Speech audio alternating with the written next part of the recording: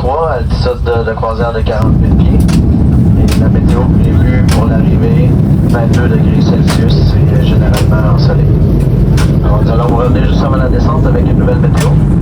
Sinon, on vous invite à relaxer à profiter du bon service à bord. Merci.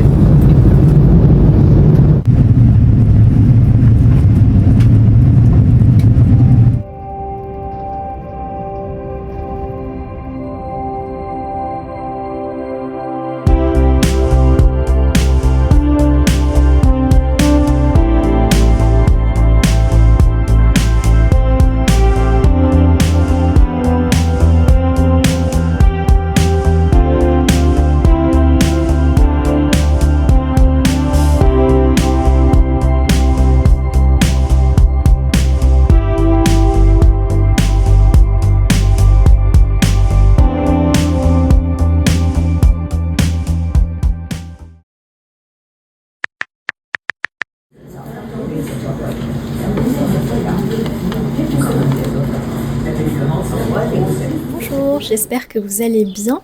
Je suis ravie de vous retrouver aujourd'hui, non pas en France, mais au Canada.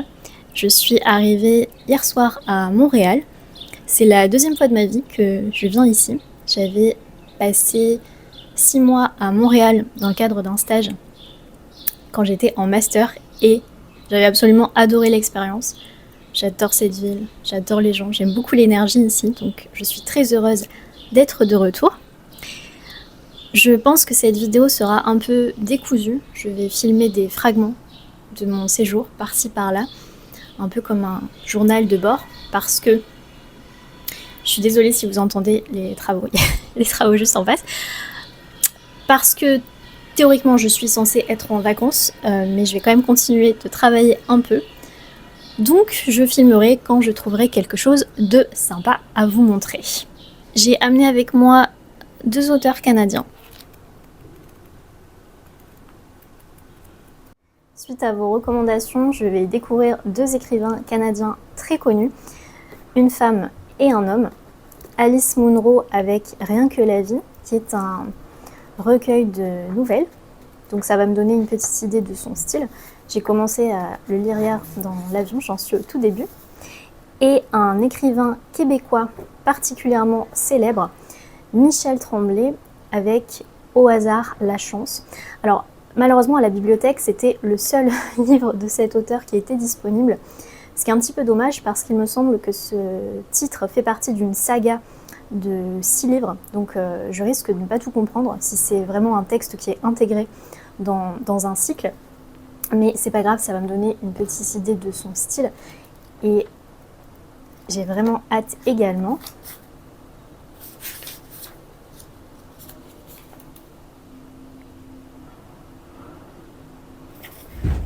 En avant, on va aller explorer Montréal.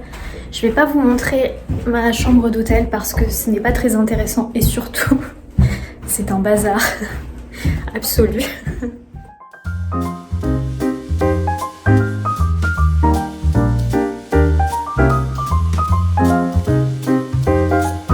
On se dirige vers le quartier chinois. J'avais l'habitude d'aller manger des dumplings là-bas. Le contraste entre les vieilles maisons et les immeubles très modernes.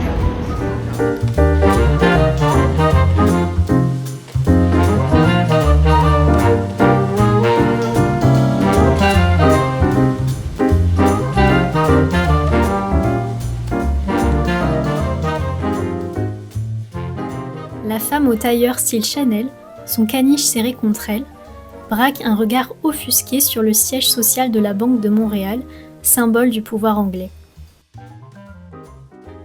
À 65 mètres au coin sud de l'édifice, un homme chic, d'allure anglaise, carlin au bras, toise d'un air supérieur la basilique Notre-Dame, symbole de l'emprise religieuse sur les Canadiens français. C'est rigolo, la forme des bâtiments ici, c'est très contrasté. Il y a plein de formes différentes, plein de motifs différents. J'aime bien ce mélange un peu fouillis, c'est sympa.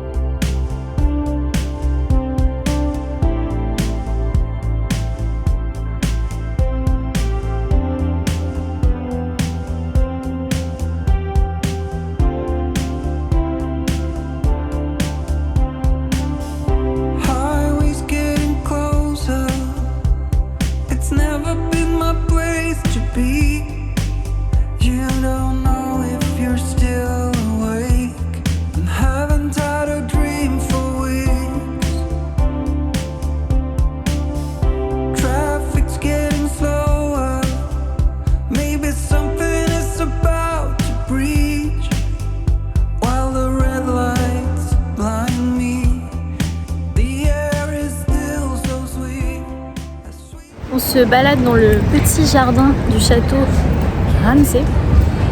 C'est très agréable. J'ai envie d'une glace maintenant.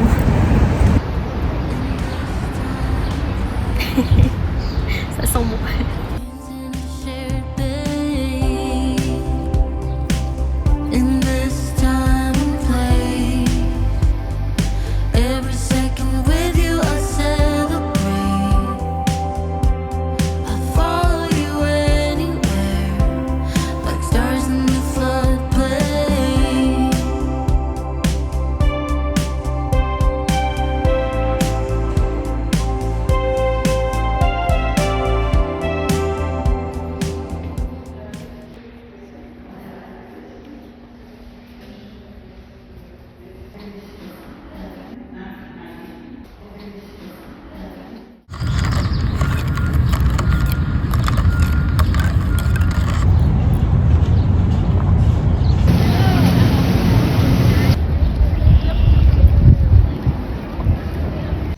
Il est 7h du soir, on vient de passer 2 heures assis sur un banc à regarder les gens et les chiens jouer. C'était très relaxant. Maintenant on va aller se chercher quelque chose à manger. Quand j'habitais ici, j'avais noté tout un tas de points de repère sur mon Google Maps. Et là, en regardant, je m'aperçois qu'il y a plein d'endroits, des cafés, des restaurants qui ont fermé. Ce que je trouve un peu triste. Nous sommes dans un restaurant italien. Ce soir, on va manger du risotto et des pâtes carbonara. Et en dessert, un gâteau chocolat amande et un tiramisu.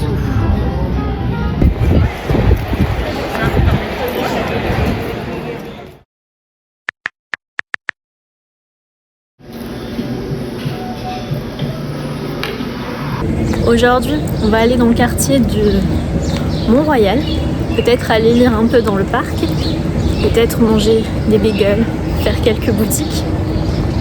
C'est très chill aujourd'hui, comme hier en fait.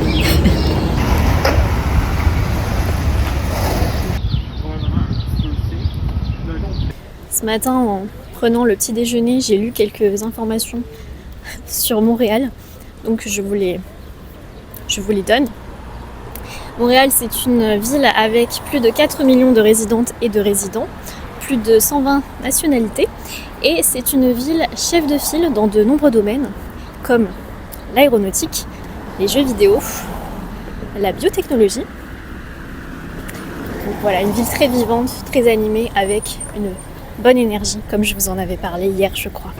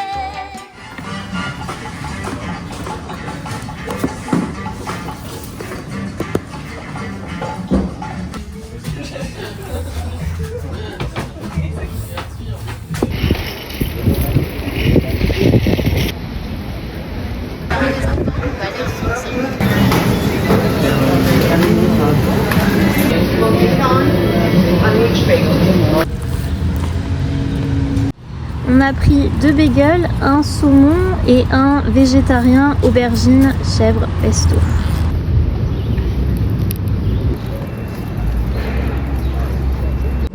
On est sur le boulevard Saint-Laurent, il y a une grande brocante, c'est super agréable.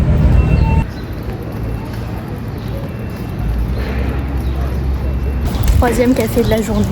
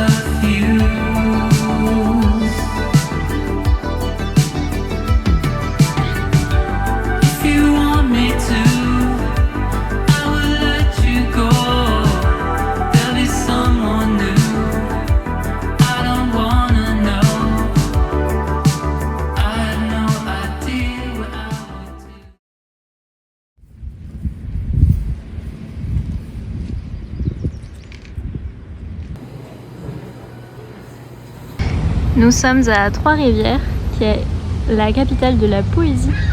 Il y a plein de petits poèmes écrits sur les murs.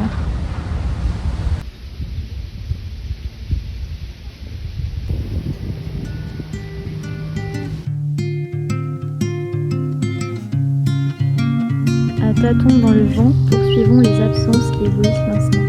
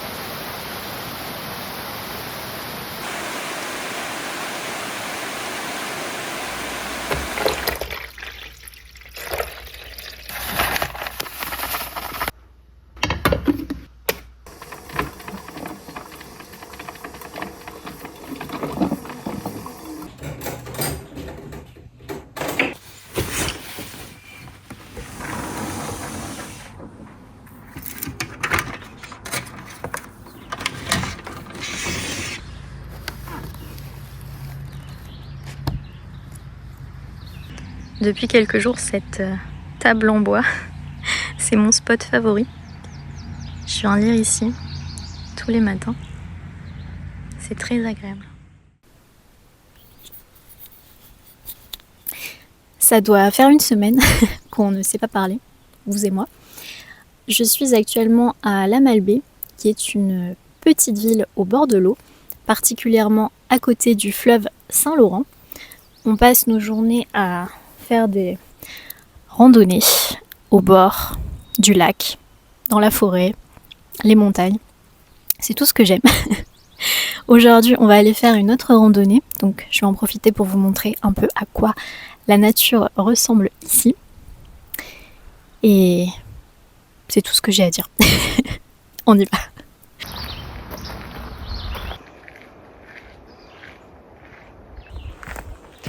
On est en train de faire une randonnée qui s'appelle le mont du lac des Cygnes. C'est très agréable de marcher par ici. Les gens sont polis, ils disent tous bonjour. Ils disent soit bon matin ou allô, comment ça va?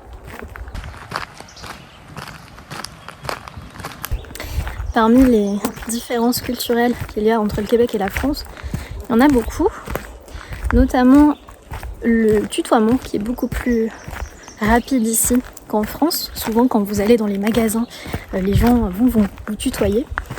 Et c'est aussi quand même plus détendu. Ils utilisent beaucoup de small talk. Et la particularité également, c'est que les Québécois préservent, en tout cas cherchent à préserver un maximum la langue française, puisqu'ils évitent les anglicismes. C'est-à-dire que tout est traduit ici. Par exemple, ils vont parler de magasinage pour parler de shopping. Ils vont parler de fin de semaine pour parler de week-end. Donc c'est assez rigolo.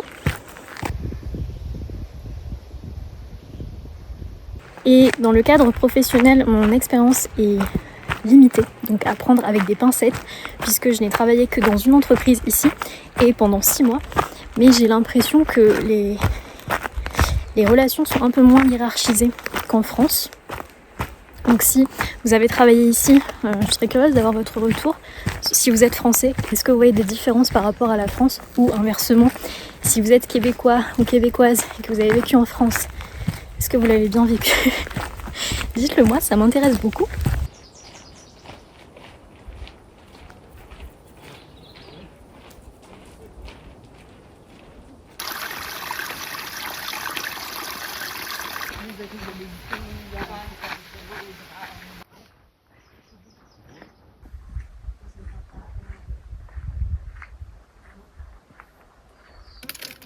Le casse-croûte, des onigiri, des fruits et barres de céréales.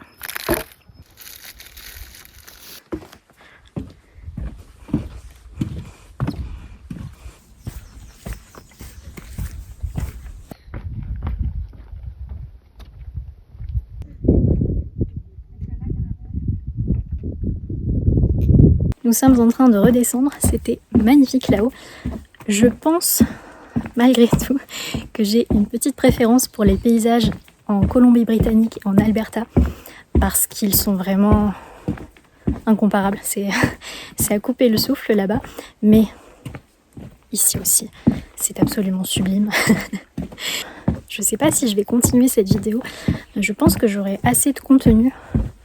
J'ai pas du tout regardé les clips des journées précédentes, mais si c'est le cas, je vous remercie énormément d'avoir regardé cette vidéo jusqu'au bout. J'espère que ça vous aura plu, même si je sais que ce n'est pas en France, donc ce sont des vidéos qui généralement intéressent un peu moins. Si vous êtes là pour apprendre le français, souvent vous voulez voir des choses qui se passent en France, ce que je comprends tout à fait, mais avec les Québécois, nous sommes cousins, donc c'est un peu pareil. Merci beaucoup d'être resté jusque-là, vraiment, encore une fois, merci. Je le dis à chaque fois, mais je devrais le dire encore davantage.